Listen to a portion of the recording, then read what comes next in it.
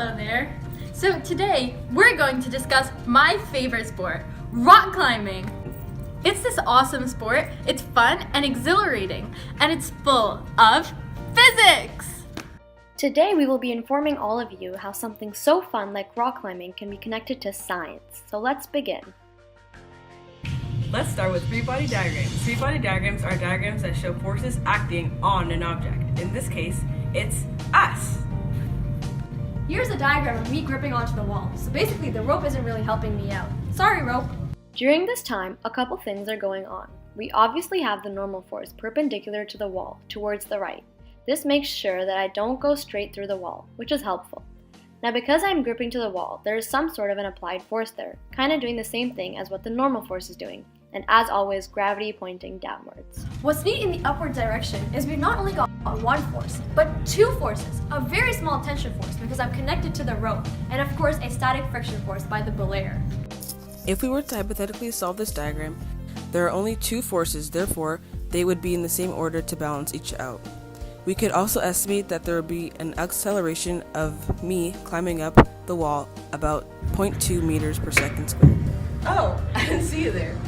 So now because there's three forces in the y direction, gravity and friction cannot equal each other, but we have enough information. We can rearrange formulas and, ta-da, solve for static forces.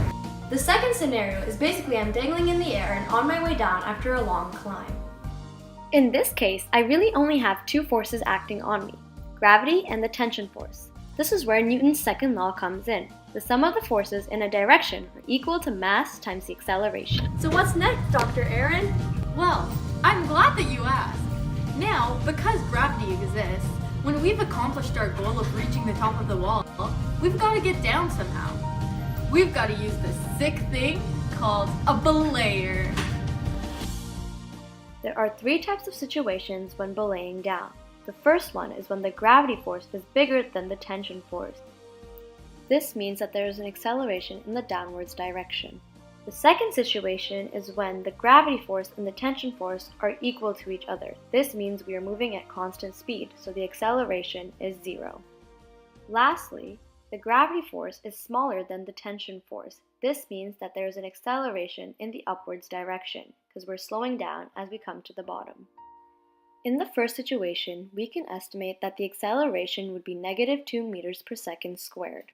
For the first situation, we can find the velocity of me at 12 meters using kinematics. This would have been done by using the equation v2y squared equals v1y squared plus 2ay times y2 minus y1.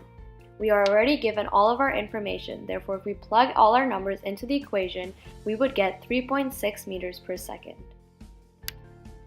Our second situation is pretty easy. Since we're going at constant speed, the tension force and the gravity force are equal. Therefore, we would use the constant speed equation. As we found before, velocity would equal 3.61 meters per second squared, and our total would come to a time of 3.32 seconds. Our third situation is similar to our first, except our acceleration is in the upwards direction instead of downwards. For this situation, our main goal was to find our acceleration as we reached the bottom of the wall, since our velocity was 0. Using the same equation as we did in the first situation, we came to a total of 0.43 meters per second squared for our acceleration. Lastly, rock climbing can be related to, wait for it, springs. We estimated some things, but that's okay. On average, I would say the mass of us is 65 kilograms and the length of the rope was 50 feet. After converting that, the rope would be basically 15.25 meters. Now the measurement of the rope width as it not stretched. At Gravity Rocks, the static elongation of the rope is approximately 6%, so rope when stretched is about 16.165 meters. Let's make a handy dandy free body diagram. In this case, we'd only have two forces. A gravity force downwards and a spring force upwards, because the spring force always goes the opposite direction of the way the spring stretches. For this problem, we're going to assume I'm being let down at constant speed. So the sum of the forces in the y direction would be equal to 0. So our goal is to find the value of k, which is the spring constant. The formula for this is fairly simple. The spring force is equal to k times delta x. To find delta x, which is the difference between the stretched and unstretched length of the rope, we subtract the two to get a total of 0.915 meters. Now we have enough numbers to solve for k. Keep in mind that the spring force is equal to gravity, and we can solve for gravity using m times g. We just plug in our numbers, and we get a total of, drum roll please, 696.2 newtons per meter. This concludes our awesome video, and hopefully we inspired all of you watching to go try out rock climbing and explore the wonders of physics. Bye!